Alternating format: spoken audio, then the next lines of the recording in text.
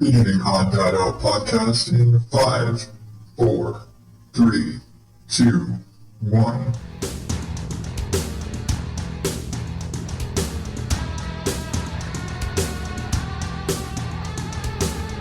Welcome to the ODO podcast, where normal is not my specialty.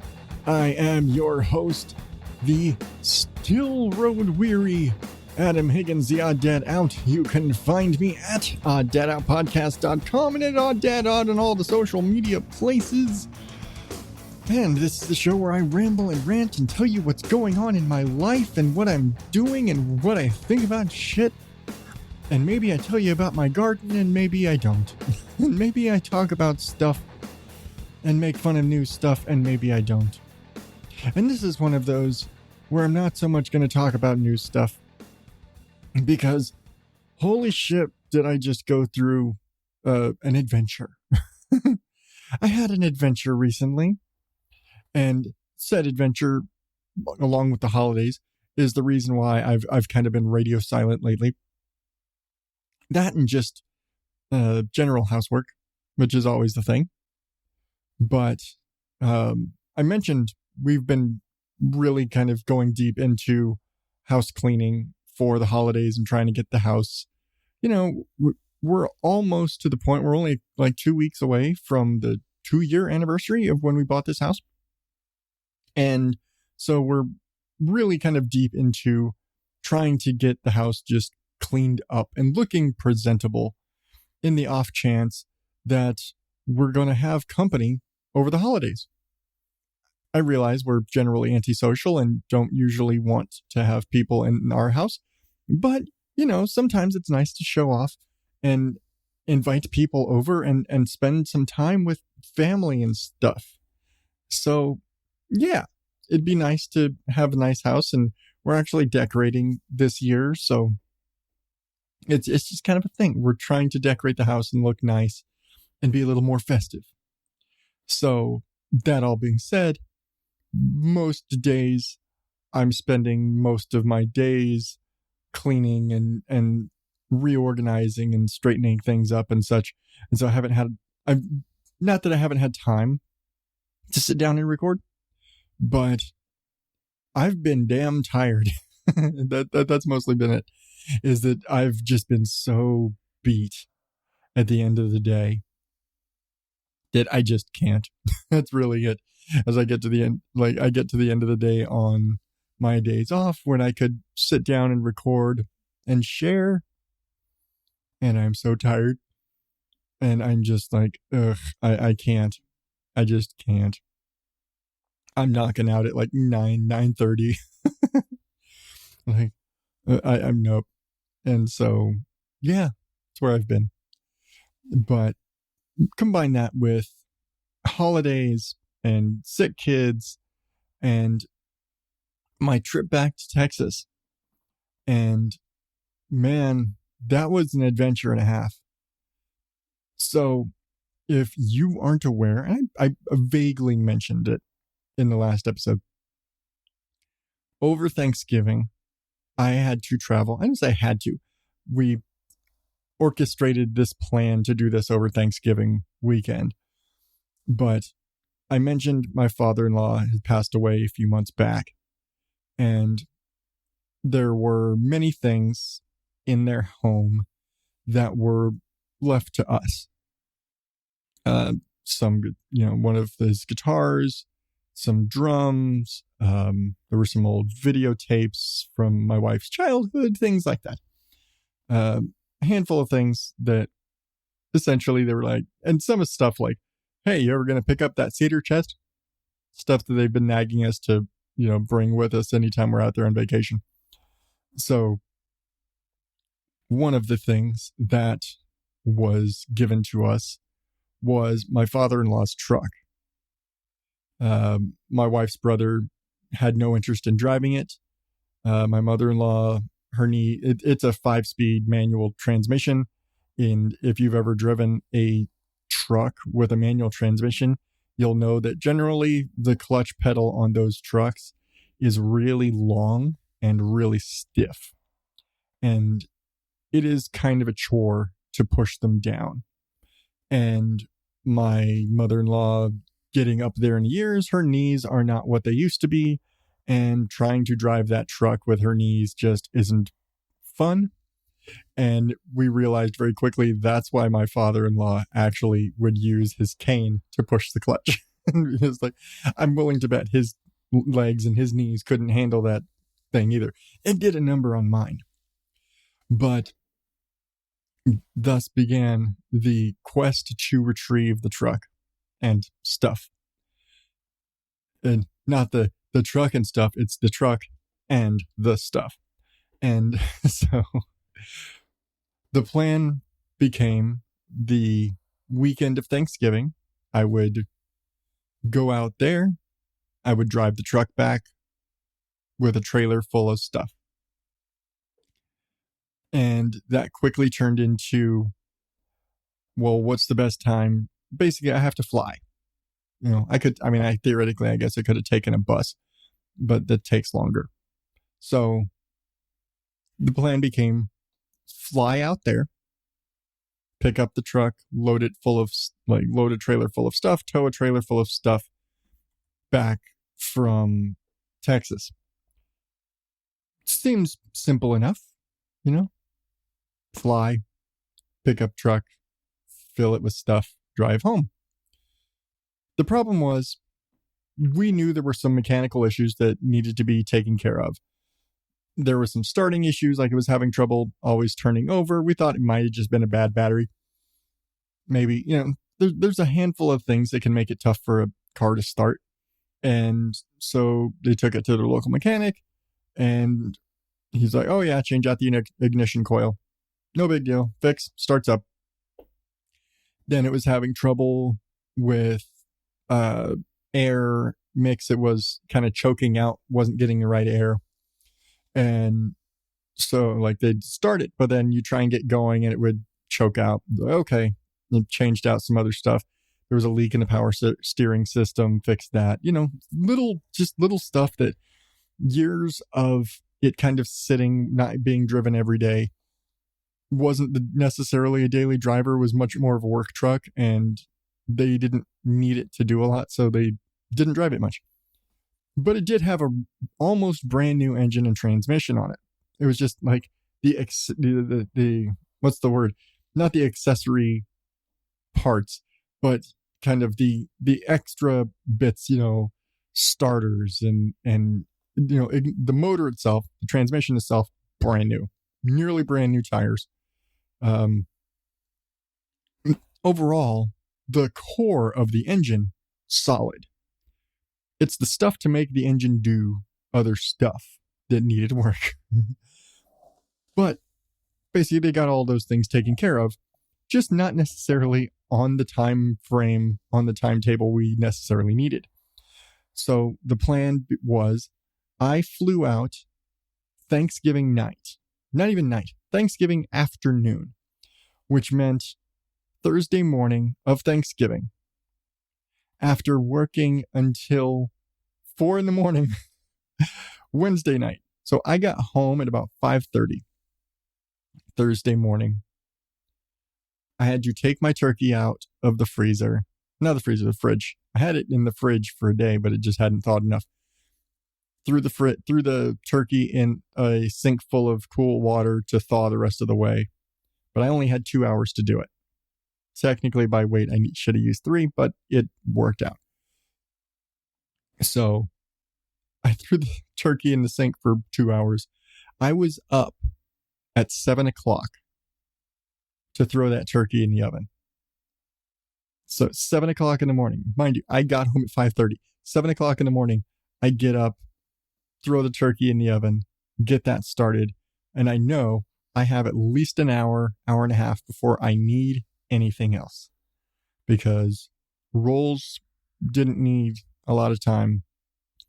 Mashed potatoes, stuffing, green bean casserole, none of those things needed more than 30 minutes. Then a lot of them could be done simultaneously. Gravy, mashed potatoes, stuffing, all those things can be cooked at the same time.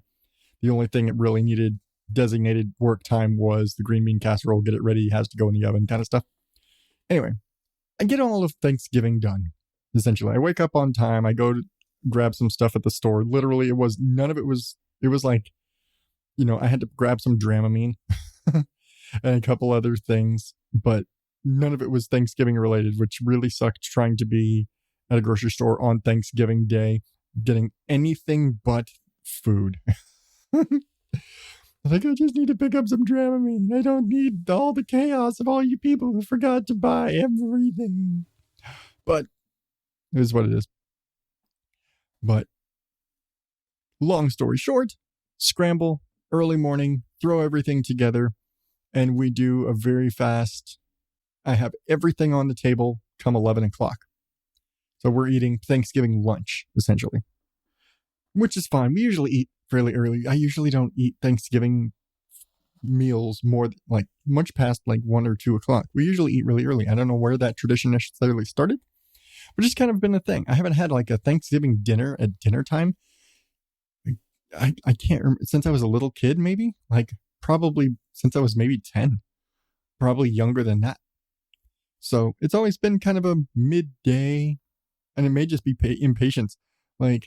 Everybody's sitting all day not eating because they're waiting for big turkey dinner and all this stuff. But then everybody's starving and nobody's got the patience to wait. So we don't make everybody wait all day, and we have dinner, Thanksgiving dinner at 2, 1 or 2. So it's more like a late lunch. You might eat breakfast, maybe not, but we're not going to make you wait. And then that leaves you plenty of time to digest and then have lots of pie and other desserts at dessert time. So anyway, we do that. I finish getting my bag packed, and 2 o'clock, was it even that late? Yeah, come 2 o'clock, I hop in a shuttle to go out to the airport because at 4 o'clock, I'm flying out to Texas. That's right. I flew out on Thanksgiving afternoon. Why? Because it was 3 times more to fly out at any other time that week. The flight, that last flight of the day on Thanksgiving was less than $200. Whereas if I flew any other time that week, including that day at any other time, it was over $600. Yeah, we took the cheap flight. So, and relatively easy. It's a flight into Houston, a layover of an hour with loading and boarding time. It was maybe 30 minutes that I was hanging out before my next flight. So it actually went pretty fast. Fly into Corpus Christi, hang out and stay at my brother's for the night. Next day, he takes me out to my mother-in-law's house, hang out there, help, box up stuff that I'm taking. Meanwhile, we're back and forth with the mechanic over when's the truck going to be ready, because I thought it was supposed to be ready on Wednesday. Now it was supposed to be ready at noon, but it's not going to be ready at noon. Now it's not going to be ready until 3. And get over there at 3, and okay, well, here, and I'm trying to kind of learn the truck. He's like, oh yeah, no, it's all ready. It's ready to go. Okay, I got it. And I learned upon arrival that the truck had a lot of quirks. Things like that long clutch pedal, things like the shifter being really loose and very difficult to get into different gears. Things like that. Kind of the shift pattern, because it's an older truck, so it doesn't have, if you're one of those people who really needs it, it doesn't have a tachometer. So you can't see what the RPMs of the engine are, just the speed. Things like that. So you kind of have to play it by ear. Stuff like that. Learning this truck and driving it back from the mechanic back to their house, and then us loading it up with all of the stuff, because we opted by this point in the day to forego the trailer, not put the extra strain of towing a trailer and everything behind us, and just load up whatever I could into the back of the pickup truck and drive it back home. Fine. Okay. We get everything loaded up. We do the things. Difficult driving conditions, learning this truck and learning its transmission and learning how to control it, because again, manual transmissions are finicky. I'm having trouble getting this thing into high gear, getting it into 5th gear. to the point where I basically didn't use fifth gear all the way because I went back and stayed at my brother's that next night. I didn't use fifth gear driving all the way from my in-laws' house out in the country, all the way into the city, all the way through the city into the far side suburbs of Corpus Christi, where my brother lives. It's like he basically lives on the island. My in-laws live inland in the country. They live in the middle of nowhere in the country, about almost an hour from my brother into the city. So I got to drive this thing all the way there, and I'm like, it's tricky, it's finicky. But I manage. Next day, get on the road. Little things like it was freezing in the morning. It was just damn cold and raining, and I'm sitting there, and it's cold and raining, and I've got to pick a bed full of stuff, and so I'm sitting here trying to throw a tarp over the back of the truck, and it wasn't like pouring down, but it was like a cold mist. So it's just that finger freezing cold mist rain. And I'm putting on new windshield wipers because it needed wipers that I just got the night before. And I needed to put this tarp on there, and I'm freezing, and my brother and I are out there in the rain putting this tarp on in the freezing rain. And then as I'm telling my wife this story later, she's giving me crap. She's like, "Oh, you're so dramatic when you're cold." I'm like, you didn't have to be out there putting on a tarp in the freaking freezing rain. But, I get on my way. Do all the things, get ready. I got a ton of road food, half of which I didn't touch. Like literally, I had like a 6-pack of Dr. Pepper, a box. Okay. I've always seen energy drinks sold in 4-packs. I could not find a 4-pack to save my life. The only thing I could find was 12-packs. So I ended up having a 12-pack of Juice Monsters. And I ended up leaving half of them at the house. I was like, here, you guys take these, because it'd take me a month to go through a 12-pack of Monsters. I don't really drink them much. And so, and even that on the road, they're an emergency beverage for me. I drink more Monster on road trips in that week period than I do the entire rest of the year. But anyway, leave some of those. I actually ended up drinking like 2 of them the entire time. I had chips, I had cookies, I had candy, I had jerky, I had all this stuff to eat on the road because I don't want to stop. Essentially, I want to make the best time I can to get home. But we've also decided, instead of me driving all the way in one straight shot, let's not stress the truck again, like not bringing a trailer.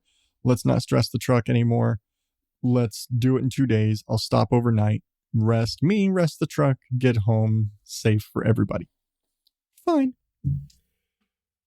So I'm on my way. A few hours later, I'm going through San Antonio and going through the interchanges, and there's kind of those layered sort of bridge overpass sort of things where you've got a lot of highway interchanges and kind of crisscrossing over in areas. And I don't know if you're familiar with the expansion joints in highways, kind of where you hit bridges and there's those middle sections where the road contracts and expands for weather reasons. Well, I'm going over one of those bridges and hit the expansion joint. And right as I hit the expansion joint, which normally isn't a big deal, apparently it was for the truck, blow out a tire in the middle of the freeway in downtown San Antonio.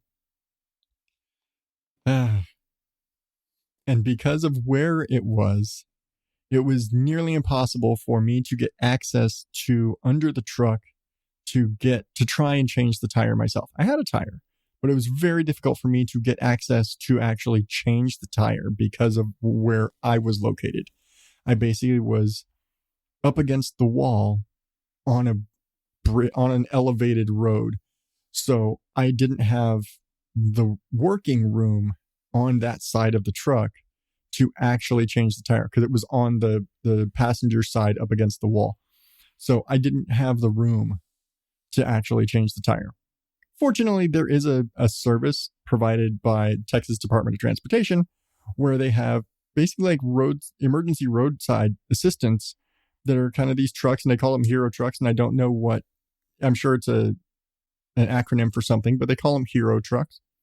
And it's basically their emergency roadside assistance.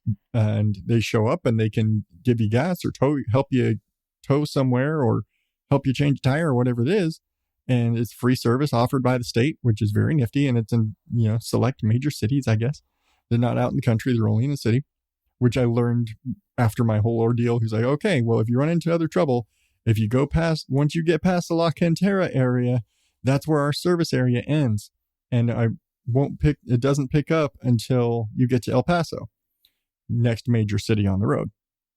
I'm like, all right, I'll see what I can do. Make sure I stay out of trouble until I get there. Okay. So and I'm giving you I realize I've gone through a lot of detail and I'm barely on the road, but basically what happens, this guy shows up and he's like, hey, yeah, I can help you change your tires. No big deal. It's still raining, by the way. And so I'm still freezing. And I go and we're like, oh, we go to unhook the spare tire from the bed. And he's like, oh, I can't help you. I can't touch a rusty tire. I'm not allowed to mount a rusted tire because the rim was rusty because it was, old, sitting in a near seaside town. Things rust in South Texas very easily. And it wasn't so much that it was rusty, but there was rust on the wheel. Therefore, he couldn't touch it because if it failed, there's liability on his side. It's how government agencies are. He's like, but what I can do is I can get my supervisor with another truck and we can escort you off the freeway to a safe parking lot, and I can give you the tools so you can change the tire yourself. So that, basically, like, I can give you everything you need so you can do the job, but I cannot help you because then I would have liability in case something goes wrong or your wheel fails because it's rusty or whatever. They're like, okay, I can accept those terms. So they get me off the freeway. They get me to a parking lot. I get my tire changed. The tire I have is kind of shitty. Like my spare was kind of shitty. And either way, I can't drive on a spare tire all the way. I'm basically 2 hours in to a 16-hour trip. At minimum, 16-hour trip. So I'm just like, yeah, I need better. And I asked, hey, is there any place around, is there a tire shop around here that you can recommend? And he was like, I officially can't recommend anywhere because I work for the state. I can't endorse a place, but there's, a ton of used tire shops in this area. So you shouldn't have trouble finding a place that can get you a tire pretty easily. Which, other than the fact that it was just a lot of navigating the neighborhoods to get there in a still dodgy shifter situation, I did find a place. I put a new spare on for one. They replaced the bad tire with a used tire, but I have no problems putting used tires on my cars. I'm sorry, if I can pay $40 for basically a 50% or 70% tread tire, I'll do that because the new tire cost me $150 when I can pay as much for a full set of like 70% wear, like 70% tread versus like for the same for a full set that I'd pay for a brand new one tire. I'll just take it. It's fine. I don't need the warranty. It's fine. Anyway, get a tire on to replace the bad one. Get another tire to replace the bad spare I had. Throw that back in the bed. Get on the way. At this point, I've lost 3 hours. I should have been halfway to El Paso by this point. I should be 5 hours along my journey. Instead, I'm 2 hours along my journey, and I have a hotel reservation that I have to make by midnight, and it's looking increasingly like I'm not going to make it. I'm doing the math of my travel time and my distance, and I'm like, I'm getting real close. I got to be there by midnight, and I don't think I'm going to be there till like 11:30. Like, it's looking like 11:30 at best. If I have any more hiccups, I'm going to miss my hotel. That's not good. So we decide to move my hotel reservation to a closer town, make it to Fort Stockton that night. The rest of the day basically goes without incident. Get up in the morning, have a good night's sleep, and actually a very nice comfort inn. It was very nice. And because I'm by myself, I have like a king bed to myself and like sit there eating a fucking pizza and all this stuff. And ultimately, I had time. Based on when I rolled in to Fort Stockton, I could have made it to my original hotel on time, but that wasn't a risk I wanted to take at the time. Considering I'd had tire trouble and I was dealing with the tire trouble at the time, I was like, I don't want to risk possibly not making it and rolling in late and still needing to eat and still needing to get settled in and all this stuff. Let's just push it back and I'll have a longer day too, essentially. I'll have more time to sleep tonight and we'll do. So that's what I did. Got some good sleep, got up early, got up at 7 o'clock in the morning, loaded up, got some breakfast down in the hotel lobby, and was on the road by 8 a.m.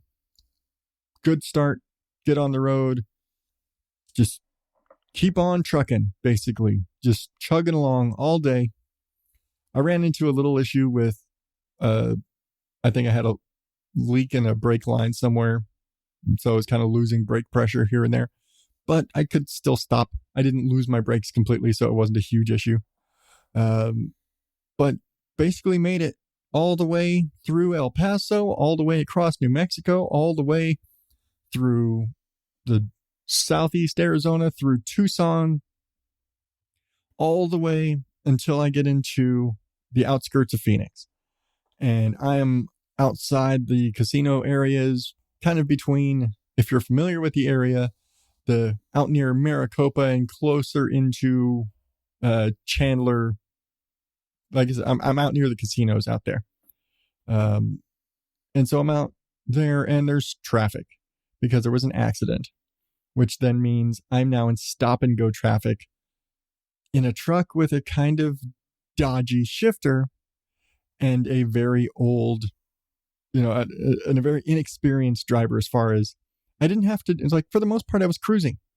I'd get going up on the road and I'd get it up into high gear. I eventually did get fifth gear to work for me. Took a little finessing and figuring it out, but I got it up there and got my cruise control working and cruising along at 80 miles an hour for nearly 9 hours that day, just chugging along, doing a great job.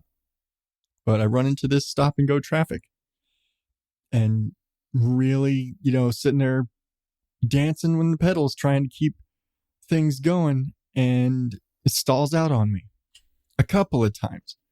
And so I'm kind of panicking because I'm dealing with the traffic situation. And at this point, it is all of the, kind of holiday travel coming back into the city, people who left the city coming home. And it's 2 lane at this point. So it's really tight trying to get back in. I'm pulled off on the side of the road, trying to get going again and trying to get moving. It's really hard to kind of jump back into the flow of traffic at that point. But eventually I do. But as I do, I go to shift down out of first into second gear and I push the clutch pedal and it just drops all the way down to the floor. I don't even push it. I just barely tap it and the whole pedal drops all the way to the floor.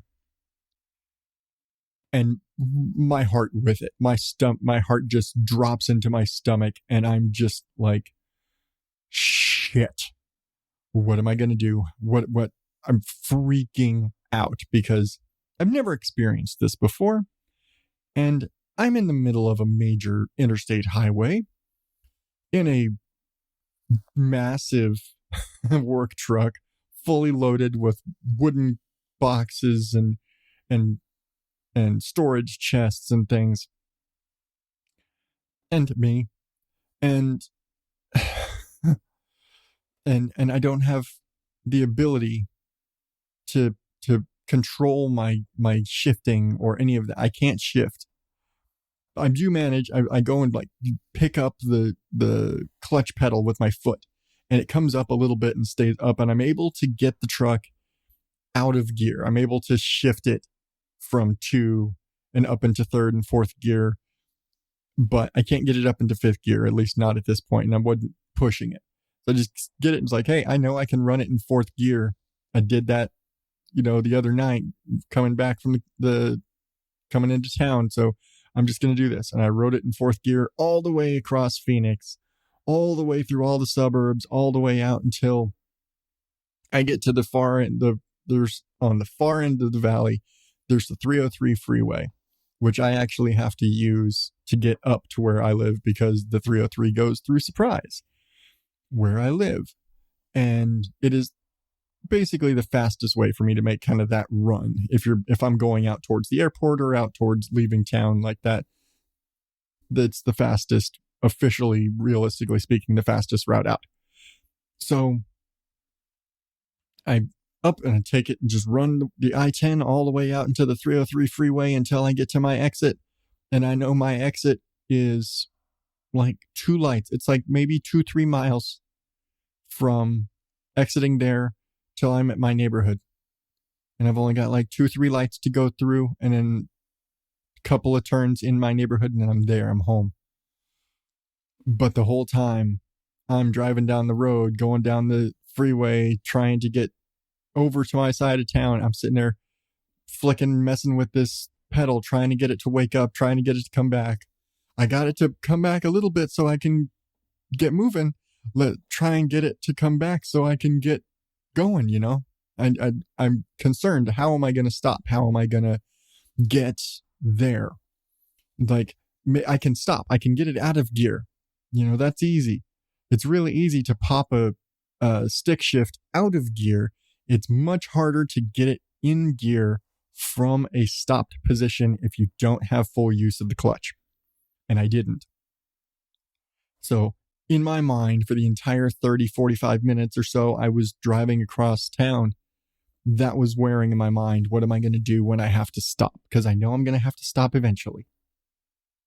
And I was like, I'm not going to have the luck of having green lights all the way until I get home, including left turns, and being able to make all of these turns without ever having to shift or stop the truck. And of course, first light I hit after I exit the freeway is a red light. And I'm stuck. And I stop at the light, but I can't get her back into first gear. I don't have enough play. I can't get the clutch down far enough with enough travel to pull her out to get it into first gear. Never mind that shifter, again, is so loose that I have to force the stick all the way up and like smash the dashboard to get it up to the first gear position. It's not getting in there because I just can't get the clutch into position right. Fortunately, a guy in a truck behind me sees I'm having trouble and helps me push the truck off the road. And I explained, I was like, man, I'm only like 2 miles from home. I've been on the road for 2 days. It sucks. Man, I'm so close. I made it all this way. And just to be stuck here on the side of the road, so close to home. But, as fate or luck or the gods smiling down on me and laughing in my damn face, I go and sit down in the truck and I give that clutch pedal one more kick and it springs back to full position like nothing was ever wrong with it. And I'm just thinking, really? Now, after all this time, after all of this, crossing the valley, getting all the way to this position, being stuck at this light, and now that I'm popped up on a curb on the side of the road off in the dirt, now you're going to wake back up and let me go. Really? But I wasn't about to sit there and nag because at this point I can go. I was able to get up and, get her in gear and get turned around and headed home. And I get home and get everything unloaded and and it was like nothing was ever wrong. I didn't have any more trouble with the clutch the rest of the time. I drove it the next day without any trouble with that clutch. I did go and buy the parts to fix that stick shift almost immediately, and I have that fixed. I was like, no, I cannot deal with this. I need to get this shifter fixed. And I got that shifter fixed because, man, I did not want to have to deal with that, trying to drive that truck around, taking the boys to school or whatever, anything like that. No, thank you. But, man, I mean, from just the stress of, is the truck even going to be ready? Are we going to have to tow this thing back home? Because that was an option we'd considered if the truck wasn't going to be ready, just renting a U-Haul and towing the truck behind a U-Haul. But the idea of, is the truck going to be ready on time? Okay, well, it's being kind of finicky, but it's ready. Okay, I can't get her into fifth gear. Okay, I got it into fifth gear. Oh shit, I blew a tire. Okay. I'm losing brake pressure, but I'm okay, but I'm losing brake pressure. 2, stop dying, we're in the middle of traffic. 2, what the fuck is this with the clutch? Shit, how am I gonna stop? 2, how am I gonna go to home? It was a hell of a few days. And this all happened between Thursday night and Sunday afternoon. You know, I left home at 2:00 on Thursday night and was home at 5:00 on Sunday when all this adventure took place. And I've still got shit I've got to fix up on the truck. Like I said, I immediately went and bought the parts to fix that shifter because that drove me nuts.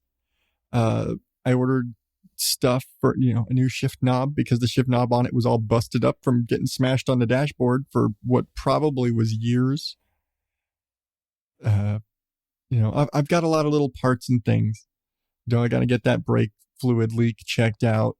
It's probably something as simple as, a cracked line because it's an old truck. Brittle brake lines and things like that just can break because I think it's actually got some hard brake lines. It doesn't have like the soft tubes like most things have nowadays. So it's little things. But, I promised I would take care of this truck. And so I'm going to do my best to get it cleaned up, get it all fixed up and running and great and mechanically great. And, there's cosmetic stuff like getting new seat covers, there's some rust issues that I may want to take care of. Not a lot of stuff, but, stuff like that. Get it vacuumed out, cleaned out. I might probably needs a new windshield because there's a crack, stuff like that, little stuff that I just have to look into and, not priorities, but I want to take care of the truck. We got a truck. It's almost a 30-year-old truck. We got to take care of it. But it's definitely from the work it put in this weekend, trying to get me home, trying to get us home safe, getting us home safe. That truck is definitely solid, definitely is a workhorse for sure. And I'm looking forward to taking care of this truck. Whew. The whirlwind of emotion, it's crazy telling it back. And I've had to explain and tell this story a few times over the last couple days, but being there in the moment, there was genuine fear at many moments when my tire blew out, when the clutch dropped, when I kept stalling out during the traffic, when I couldn't get, merged back into traffic, when I'm in the middle of the freeway with no ability to shift, when I have limited ability to shift, when I'm like, how am I going to stop? When I'm stuck at a light because I can't get in gear, all of these things all happening at once, and just the panic and trying to keep composed so I can do the things. Meanwhile, I've got 1,000,001 cars and things behind me judging me. What's going wrong? Can't you drive a stick shift in a minute? No, I've got a finicky car right now. Leave me alone. But I did it. And I did it by myself. That's kind of the crazy thing, is I've never made this trip by myself before. And I mean, I wasn't 100% by myself, because I was driving myself and having to do all the driving, which ultimately it's kind of what our vacations have become. I do all the driving.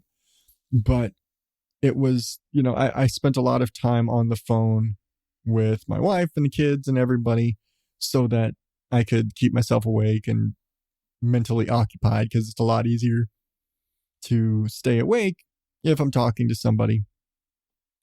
And so I did a lot of that. But I made it, and it was it was a fun drive. I'll admit it. It was nice. It was relaxing, and I I can't say I necessarily want to do it again, because it is a bitch of a drive. Not that I haven't had to make this drive every year since I've lived out here, because it's the same. It's where we go for vacations, but I've never done it by myself. And I don't know if I ever want to do it by myself again. And I've thought about, taking the truck back and picking up more stuff and that kind of thing. But if I do, I'm taking one of the kids for company. That's all I'm going to say. It's like, next time I go on a road trip, I'm taking company, because I need somebody to talk to besides the truck. But it was fun. I stress and anxiety and blown tires and dodgy clutches and shifters and all that aside, and breaking in a somewhat neglected old work truck, but doing all that, it was a fun trip to make. I enjoyed the adventure of just getting on the road and rolling for 2 days. I was on the road with delays, about 22 hours. Yeah, it was about 12 hours the first day with the blown tire issue, and then about 10 and a half hours the second day for just, chugging along, getting home. So, 22 hours on the road for 2 days by myself. Just me and that truck and the road, and a lot of beef jerky and chips and some cold pizza, but I did it. And I don't know if I'd do it again. I really don't think I'll ever have to, but we'll cross that bridge when I get there. In the meantime, I've got an old work truck that, if I take care of it, is probably going to last another 10, 15 years. And I'm probably going to do the best I can to get it there. But I think I'm going to cut it off there. I was going to do a review of Ghostbusters Afterlife, which we watched this last weekend, but I think I will save that for another time. I've talked enough for one evening. Remember, you can find this episode and all past episodes, along with links to places to share and all of my social medias and all of the things that make up the Odd Dad Out podcast, at odddadoutpodcast.com and at Odd Dad Out on all the social media places, Facebook, Twitter, Instagram. Tag me if you're listening to the show, or share it with whoever you feel like sharing it with, because that is the coolest thing and the best thing you could ever do for the show, is just share it with your friends or your enemies or that weird lady on the bus who smells funny. You know the one. But I don't even know where to go after that. But thank you for listening to my harrowing tale of interstate travel. Coming up next episode, I will have that review of Ghostbusters Afterlife, because it was just fucking awesome. I'm just going to say it. A garden update, and who knows what the fuck else. Maybe an update on the truck, maybe an update on some other shit. I don't know. We will find out together when the time comes. But until next time, oddballs, thank you and good night.